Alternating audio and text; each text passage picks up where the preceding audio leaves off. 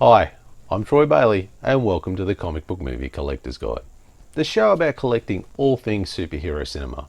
And today we are looking at Lego DC Comics Superheroes The Flash. Let's get into it.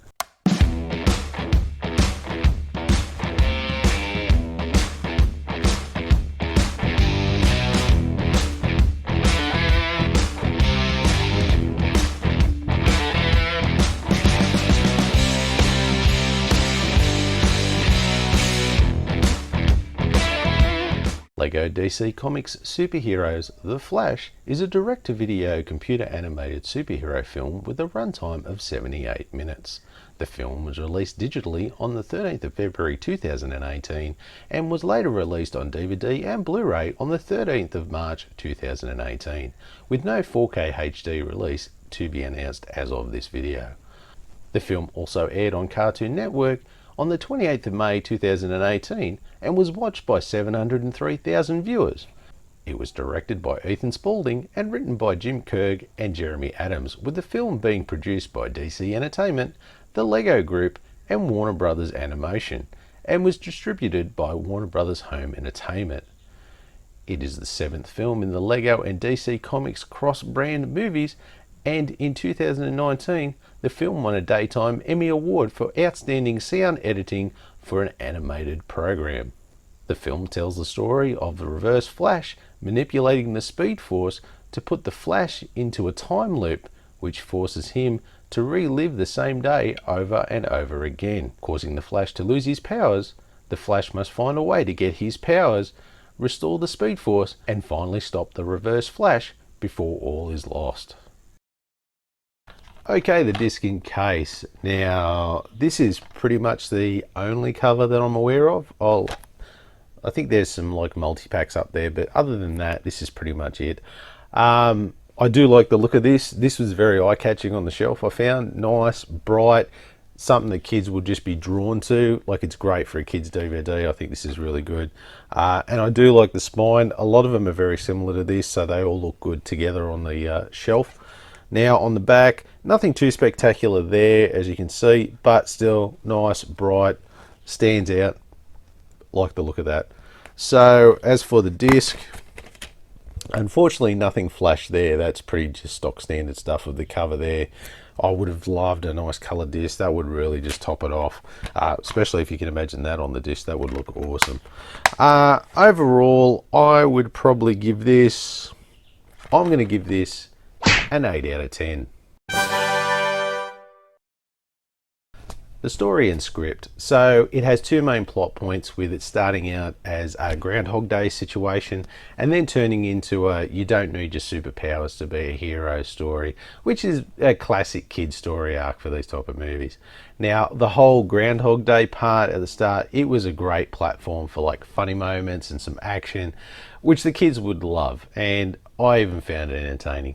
And then, of course, you get the part where Flash loses his powers, and you kind of get into the moral of the story, which was done well, you know, reasonably subtle without being too overly obvious and hitting you over the head.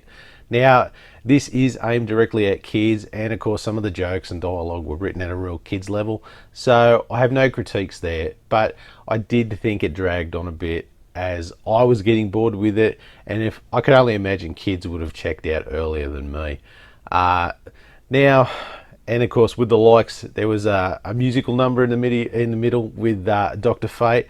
I mean, what kids movie doesn't have a sing-along, you know? But do I think it was needed here? Not really. It was just another element that slowed the movie down. So it could have used a bit of a trim, but overall, not bad. Not a bad animated movie. So with that, I will give it a 25 out of 30.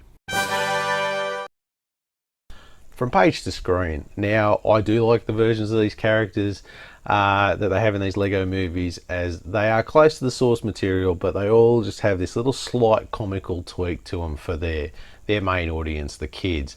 I mean, even Batman, the most serious character in the DC universe, he has a little humor to him as well, which I like. Now, shout out to him for throwing in Crypto and Ace the Bat Hound into there. They were great, especially Ace. I really enjoyed seeing him in action. The animation was good for the main characters, and whatever was the main focus on the character was great, but the backgrounds were kind of lacking in detail, which, you know, in some instances I think it was more for money constraints and the like, but that's kind of very run of the mill for these kids movies. The voice actors I felt were great across the board, no real letdowns. I think everyone was on point for their performance that they gave, and as you can see here, I'm going to run the cast of the film up here.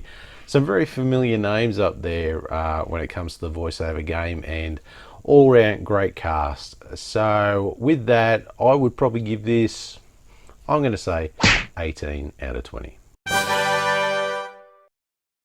Okay, special features. Now, as usual, there are no special features on these direct-to-video releases. Now, they usually have one or two things, but this has got nothing.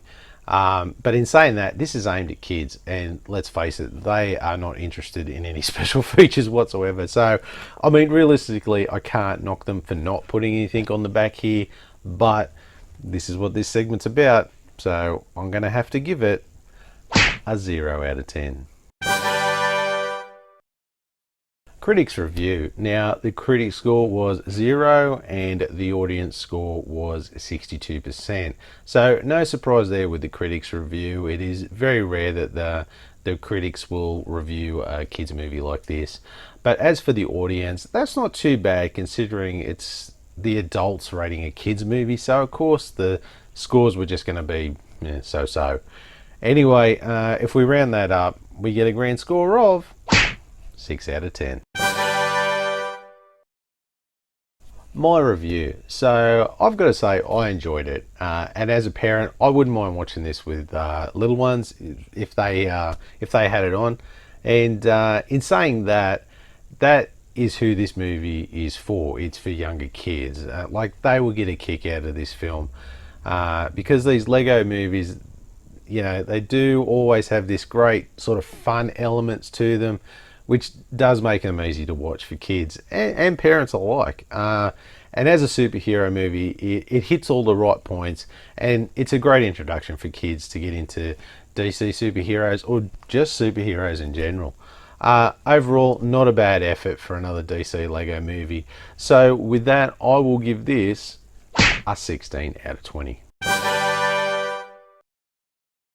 Final thoughts. So first up is collectability, and of course if we look on the collector scale, I would say this would be for your kids and your completist collectors. Not so much there really for any of your other adult collectors, unless you're like me and you want everything. This one is primarily for the kids. Now, as far as availability is concerned, this one is more on the common side of things.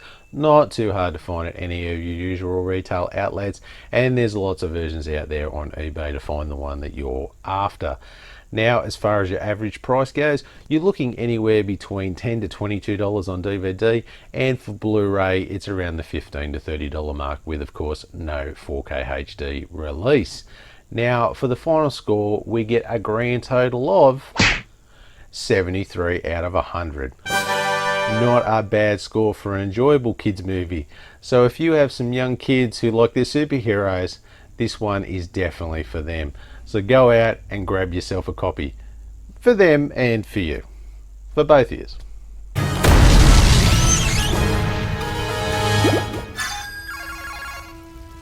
Couldn't let me have it, could you? Thank you so much for watching. I really hope you enjoyed this episode, and if you did, why not hit the like, subscribe and notification buttons, as it really helps the channel out, and I really do appreciate it. Thank you very much. Also, let me know in the comments down below if you enjoyed the movie and if you've picked up a copy for your collection.